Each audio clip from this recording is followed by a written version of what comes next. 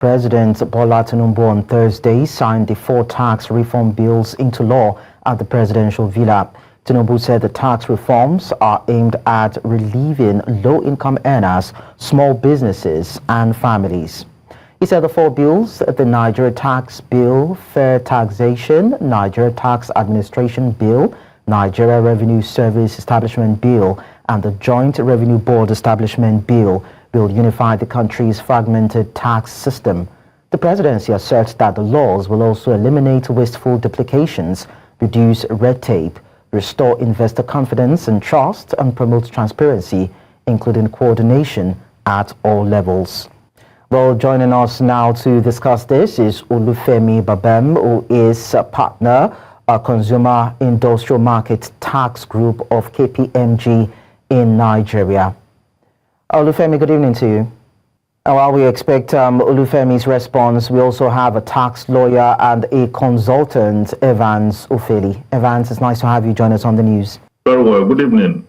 So I'll probably just start with you. Now, how convinced are you that these tax reform bills will transform tax administration in Nigeria?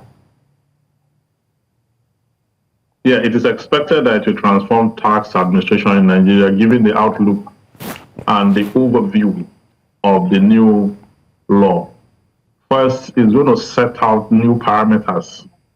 Okay, if you look at the personal income tax, for example, as it stands today, if you earn less than 800,000 naira per month, you will not have to pay tax anymore. That's personal income tax. So it's bringing so many reforms. Company income tax that used to be 30% has been reduced to 25%. And that's incentive for investors. This new tax law will set a positive agenda when properly implemented. You know, implementation is very critical. That's why I'm emphasizing on it. If you look at the overview, it has given us a new lease of life that will encourage investors' confidence in the scheme of things. You remember that during the hearing at the National Assembly, that the issue of VAT was actually increased to 10% at that hearing, at the first outlook of the tax law. But during deliberation, it was thrown out. Okay, and further innovations were brought in. The issues of essential commodity like food and drugs, that is medication, now have been taken out of VAT. So there's no longer VAT on food and medications. Okay, so I'm not a fan of this government, but when you see a document, a law that is progressive, far-reaching, and public, that gives public incentive, we need to accentuate the fact that this government have done well in that area. Okay, because it has taken into consideration the fact that the people have no disposable income, and because subsidies was gone and the free fall of the naira kicked in, the exchange rate is still very high and all that. It is only natural to have a tax law that will be people friendly. Okay, and that is why you see that from company income tax to personal income tax, so tax across the value chain, economic policy, we're now going to have a new look. Okay, and this new look is going to be far-reaching because the bill itself has introduced some incentive to get those who before now have been evading tax to come into the net. Companies and institutions and persons that hitherto have not been adherent to the strict rule of our tax. Now we have a seamless tax law that we, enhance business and the lives of Nigerians. Okay, so even as we see the streamlining of these tax bills, will they actually generate the much needed revenue? Because of course there will be some sheddings in some areas, even as we also look at the reduction in financial encumbrances, unevenness in some places, and of course exploitation? Yeah, it will. It will if properly implemented. Yeah, it has the overview of it stipulates so many innovations that will jack up tax revenues. The government intention is to bring tax to a place of where it can contribute maximally to our GDP. Because if you look at it, in first world countries, they mainly survive on tax. Tax alone is capable. Tax should generate at least 30 to 35% of a GDP of a nation. If you have the right and good tax law and you manage it in a way that you're able to bring maximum persons and institutions under the net, such that they are paying and they are seeing that the economy is growing concurrently. You understand? That is when you manage tax very well, because tax revenue is actually for public development, for infrastructural development for public use. So those who pay tax is for the general use of the public. That's what tax fund is meant for. But where tax is collected and embezzled, and we allow the loopholes to exist, or we allow persons who know nothing about tax to head tax institutions and manage our tax administration, we will run into more problems. So that is actually, Evans, understand. Evans, that's actually where the challenge is right now. You keep hammering on implementation. So what measures would you like to see in place to deal with or to assist in, quality implementation, deal with accountability, and of course ensure transparency?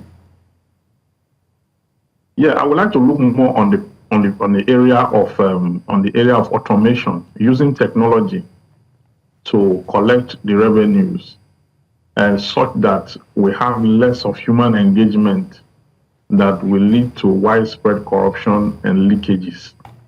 We have so many innovations in the technological sphere through which tax can be properly collected and accounted for. So if we have that automation and then we set that in motion, because it's not enough to have the law. The law needs to be broken down into day-to-day implementation and administration. That is the guideline, okay, for which, but this government have done amazingly on this, because these tax duplications and all the humongous issues we've had before now have been streamlined into a simple tax document. Okay, but it is that management I talked about that we need automation. We need to engage the technology that will make accountability seamless and create less of human engagement that will put a hole, a leakage on the new. Because the only thing that can drain the new law or drain implementation is where you now have tax managers that do not understand the objective of tax. Tax is national income, okay? National income is for the collective good of society. All right. Okay, so let me just quickly bring Olufemi Babem into this discussion before we wrap it up. And I'd like to get your own assessment of the tax reform bills signed by the president, most especially when the committee emphasized that the reform bills are people-centric and it would assist more the business ecosystem and individuals who earn less. For having me on the show. And I think it's important to also reiterate the messaging from Evans that, implementation is extremely important. And that's where we'll see the values of the bill or the new law that has been passed. So we see the value of the Tax Act, take effect in the lives of the ordinary Nigerians. So implementation is extremely important. The presidential committee has done a good job of, teasing out some of the key benefits of the law to ordinary Nigerians in terms of expansion of tax-exempt items, VAT-exempt items, in terms of the increase in the tax band for application of personal income tax, in terms of additional reliefs that have been introduced into the law, to try and benefit the lower income earners. And so those are some of the benefits that, should crystallize as the law is then being implemented. There are other parts to it which would involve, increased revenue generations for government, which should help the government in terms of implementing some of the policies and initiatives that government has planned for itself and planned for the population. So there's a direct benefit for the citizens in terms of the reduction in the tax rate and increased exemptions for some of the items, and then there's the downstream benefit in terms of increased revenues that will accrue to government, and how those revenues are then spent for the betterment of the lives of ordinary Nigerians.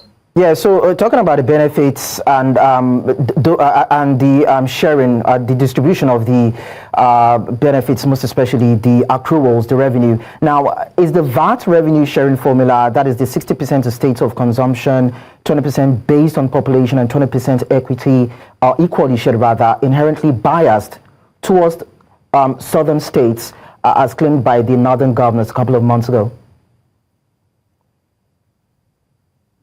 Okay, let me start by saying it appears that that provision is no longer in the law as it stands. The version of the bills that I saw that had been reviewed by the National Assembly changed that provision to something very similar to what we have under the law that has now been repealed. So we no longer have the provisions or the sharing of the VAT along the derivation lines based on the suggestions that were made by the National Assembly. But even if you then assume that that provision was still in the law, the question then is, is it meant to disadvantage a section of the country rather than or make some other sections favorable? And I think the way to look at it is, VAT is really a consumption tax and should follow the footprints along the lines of consumption. However, the mechanism put in place should then allow for proper tracking of consumption and also incentivize production, so that we are not only incentivizing the consumption side, also incentivize production, VAT for production purposes. So it probably would have worked out in the end, but from my understanding, from the review of the amendments suggested, I haven't seen the signed version yet, but the amendments suggested by the National Assembly, that proposal was no longer going to be there. Okay, so Evan, still talking about benefits. Now, how will the reforms focus on fiscal decentralization now empower the states, most especially to improve internally generated revenue? Well, the decentralization is not really different from what we had before. That's if you are talking about VAT, because that's the one that has to deal with sharing. Every other tax has a personal income tax to do with workers. The company income tax has to do with companies and revenue generation that goes to the direct authorities. But the one that has to do with VAT is the one that has to do with the sharing. Okay. Which in itself, that matter has been resolved. You remember one of the governors of the northern states, some of them during the hearing, the public hearing, went in Abuja, had raised so many issues concerning that, and those issues were resolved, so that the governors even came out and said that the way the National Assembly went about the correction of that appropriation and the formula used actually is favorable to the entire country, because the objective is that tax collection is national income and it's meant for the projection of, but the most important thing is that those who will manage the tax and ensure that it is used for the benefit of society, we must get those who understand what tax is, because we have this issue of having square pegs in round holes, where you bring somebody from medicine to come and manage tax that he knows nothing about. and he sees revenue, he doesn't know where the revenue should go to. And then before you know it, it's embezzled. For tax experts, we do not discuss tax without the public because it is public revenue. And so back to implementation, it is important that we implement rightly, we distribute and share according to lay down procedures so that this will change the narrative of our tax regime. Okay. I mean, the commentators on this have made a lot of positive statements on it, and I see this law as one that will give us a new lease, as long as we have the right team together, and as long as we are ready to be accountable and make automations, so that this will become yielding to the society. All right. So before we wrap up on this, we need to quickly listen to Taiwo Idele, who is the chairman, Presidential Committee on Fiscal Policy and, of course, tax reforms. He actually shed more light after the signing of those bills during the course of a gathering, a press briefing today. So let's listen to that. Then we'll come back to take your options or your submissions on it.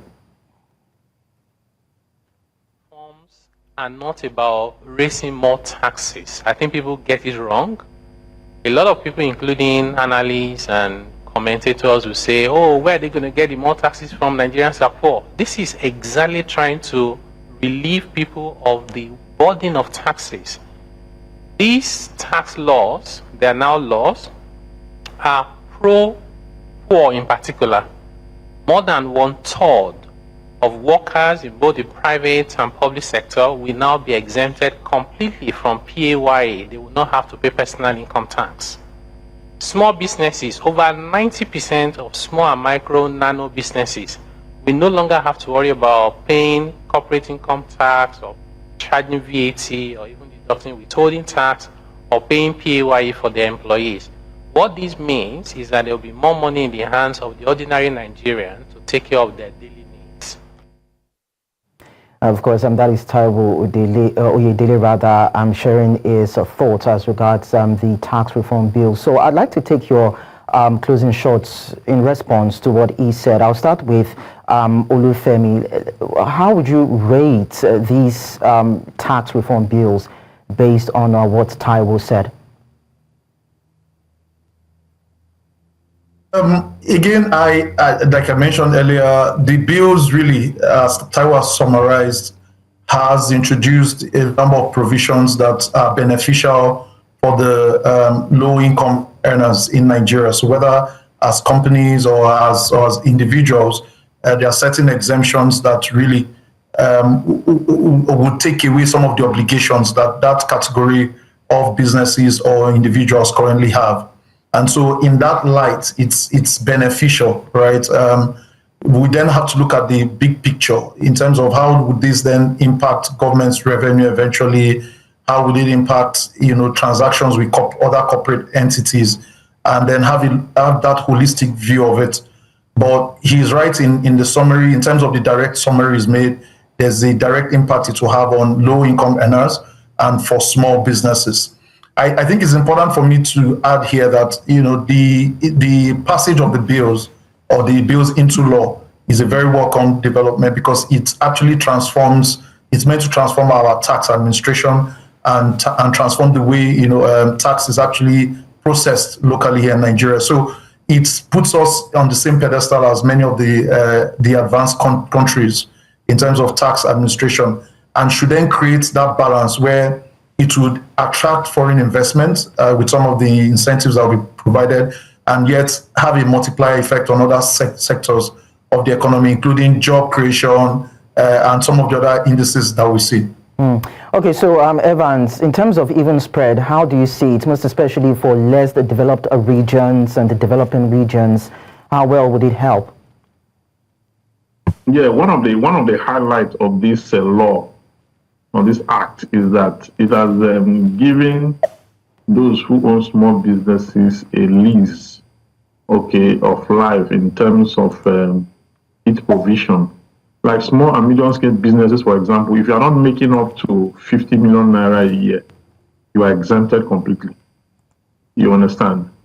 For personal income tax, if you are not making up to 800,000 naira a year, you are exempted completely. So that way, it unifies the low-income earners, and it places them at a point where they can now have disposable income and now have to save more and improve their businesses. Okay, so that is the high point. You know, it is not when they muted this law, a lot of people went about talking about that people want to tax people more. They want to create problem and the rest of that. But it's not so. I mean, the former tax regime we had was even more demanding than the one under reference. Okay, so this for me is a law that has a human face, and kudos to the government for doing that at a time like this when the economy is really struggling. Okay. Evans, Ufeli, and of course, Olufemi Babem, thank you so much for sharing your thoughts with us on the news.